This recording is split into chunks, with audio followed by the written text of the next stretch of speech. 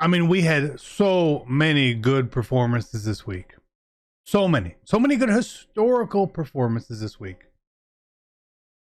And it makes me feel like EA has just got a lot up their sleeve still for most feared. Team of the week reveal. I'm sorry. If you're looking to build the best team in Madden, make sure you head over to MMOEXP.com to avoid the packs and save some racks. Use code CC for 5% off. Link is in the description below. Fastest coins, cheapest coins. Use code CC. We'll see you guys on the sticks. 5% off. Be great. Hey, what is going on, Madden family? We are here for Team of the Week reveal for week 6. I think it is. Yeah.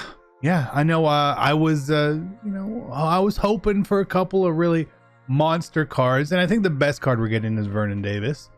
I'll be honest. I think that's the best card. I don't think I'll be adding him to my teams, but I understand why anyone would. I was thinking, man, that CD Lamb card would be really, really nice. And they said, we'll give it to Jonathan Taylor. Not that Taylor didn't deserve the card. He obviously does.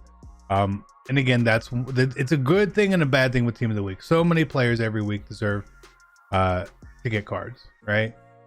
So many players deserve to get the heroes or the masters or whatever we're calling them. But only one can get it. So let's take a look at what we got today. TJ Watt gets an 81, which means he gets a +1 overall. Makes sense right there. Monster game. Have no problem with him getting a +1. And then we got Daryl Henderson. So I assume here that like this isn't Derrick Henry because Derrick Henry played last night. Derrick Henry getting a +1 would have been amazing. Does Henderson deserve an upgrade? Sure, I guess so. But that's not what you wanted to see. We then got KJ Osborne, who, again, does he deserve a card? Sure, he does. Sure, he does. Sure, he does, right? Why not? Then we get Marcus Golden from the Cardinals. Again, fine. You know, get these 85s are legitimate upgrades for these guys, you know? So again, that's totally fine. I don't really care about who gets the 85s. Me personally, I don't care. The 88s, we get Matthew Wright, a kicker in Team of the Week with 90 kick power. Now, he does not get a power up, okay? Same way, like, why didn't Justin Tucker get a power up? I don't know. But his kick power is -3 from Tucker's. So he's going to be a kicker on a lot of people's teams going forward, all right? And then they gave us CD Lamb here in the 88 overall spot. And this is another good 88 overall. Now, I would take Hollywood Brown last week over the CD Lamb in 88. Again, that's just me. CD did get an upgrade. Okay, he did get an upgrade. Fully powered up, all that sort of stuff. He's going to be 94, 95 speed, depending if you run a Cowboys team or not.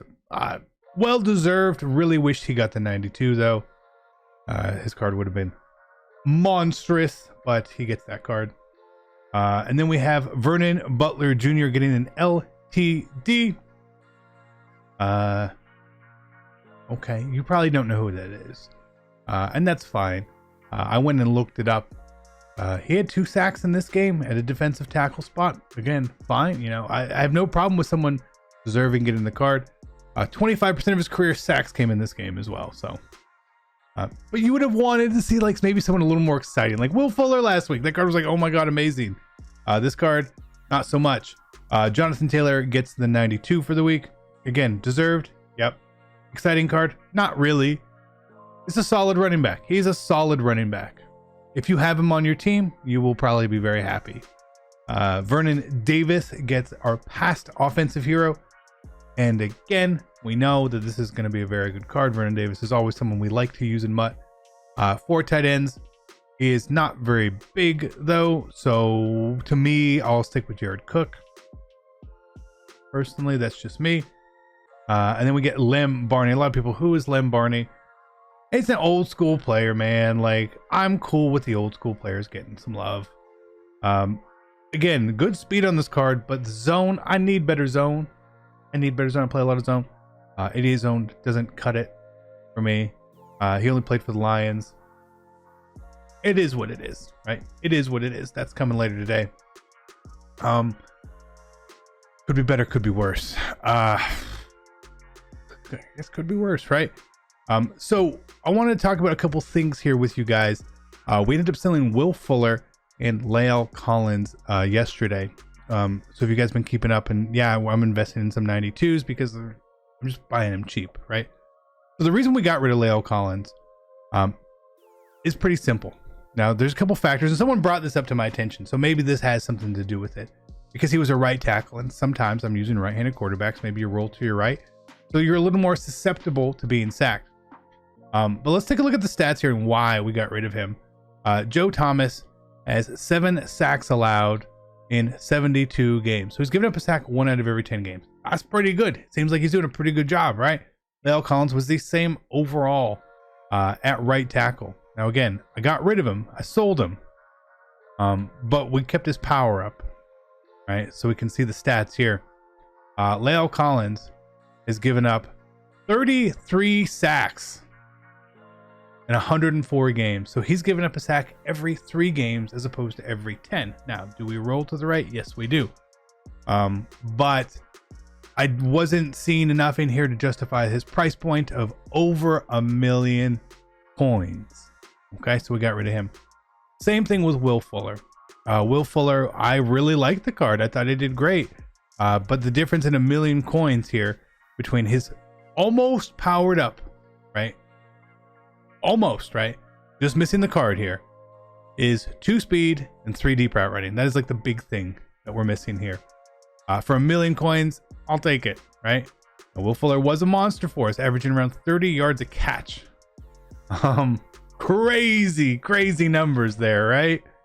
I just also feel like most feared, we're gonna get another receiver, we're gonna get another legend receiver, or Randy Moss or someone along those lines is around the corner for sure. I couldn't justify keeping those 2 guys around with a post-tax price of around 2 million coins. It just didn't make a lot of sense. So we got rid of them there. You also see that we have an auctionable Derek Carr in our binder, and someone else brought this up, and I sort of agreed with them here. In the most feared sets, when you look at them, Release 1 has its own sort of section here. It's called Release 1. It says exchange 3 90 overall heroes from this release. Earn 92 overall most feared champion Ed Reed. So assume this is like only like Derek Carr will only go in these 4 sets, right? But you never know, EA may mess up. So I'm going to hold on to that Derek Carr temporarily. If I quick sell him, he's basically training value anyway. What's going to happen when Release 2 comes out is kind of the mystery here. Is it Thursday or Friday? Still not sure.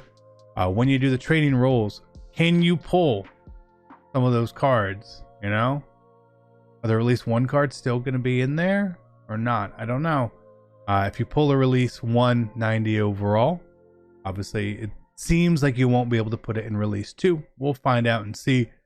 So if you are sort of preparing for the next set of most feared, I wouldn't be preparing with the 90 overalls. It's kind of where my head is at. That's why I have 92 overalls. Again, cheap training for me to roll through. Why CC? Some of these cards may go down in price, they may not. Again, I'm buying my 92s pretty cheap, right?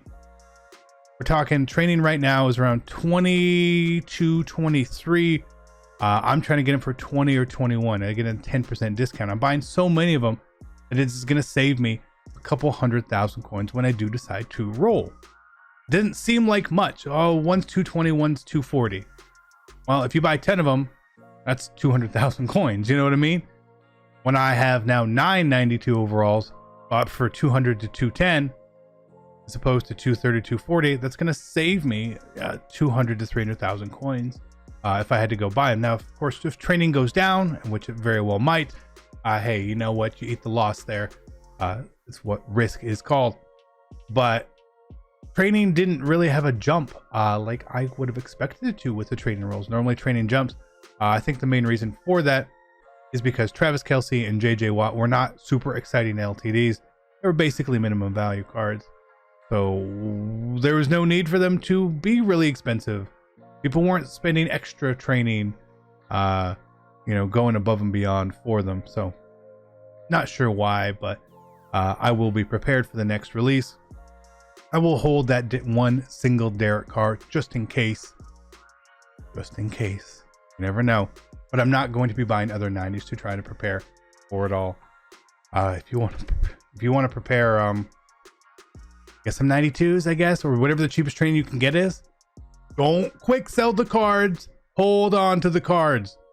So many times when people try to prepare for promos and stuff, they try to get training, they will quick sell the card beforehand.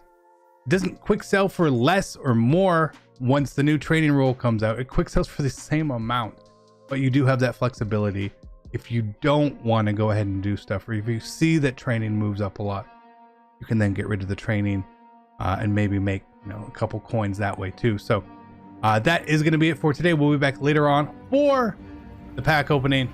Be great. I love you guys, and I'm out. Peace.